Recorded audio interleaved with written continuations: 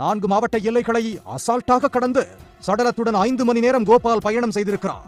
ஊரைச் சேர்ந்த பாரதி குமாரி என்பது தெரிய வந்திருக்கிறது. 23 வயதான இவர் பிஎட் படித்து முடித்துவிட்டு பாட்னாவில் தங்கி ஆசிரியர் தேர்வுக்கு தயாராகி வந்திருக்கிறார். சென்ற 11ஆம் தேதி ஊருக்கு சென்ற பாரதி அடுத்த நாள் பாட்னாவுக்கு செல்வதாக கூறிவிட்டு கிளம்பியிருக்கிறார்.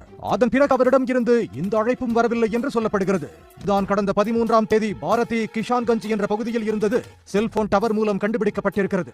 அதன் மூலம் அவரது செல்போன் சுவிட்ச் ஆஃப் செய்யப்பட்டிருக்கிறது. பாரதி கோபால் குமார் என்பவரின் பெயர் அடிபட்டிருக்கிறது. பாரதியின் செல்போன் சிக்னல் இருந்த இடத்தில் கோபாலும் இருந்திருக்கிறார் என்பது தெரிய வந்ததும் அவர் மீதான சந்தேகம் அதிகரித்திருக்கிறது.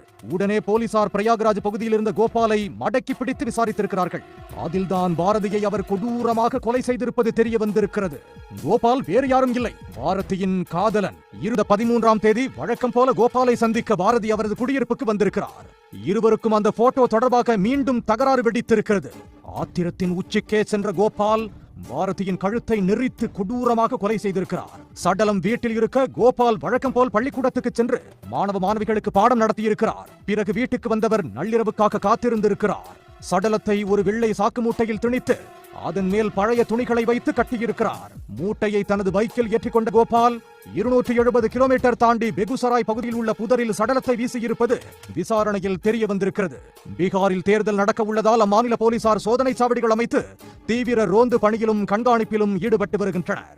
ஆனால் இந்த சோதனை சாவடிகளிலும் கோபாலை நிறுத்தி போலீசார் விசாரிக்கவோ சாக்கு மூட்டையில் என்ன இருக்கிறது என்று கேள்வி கேட்கவோ இல்லை.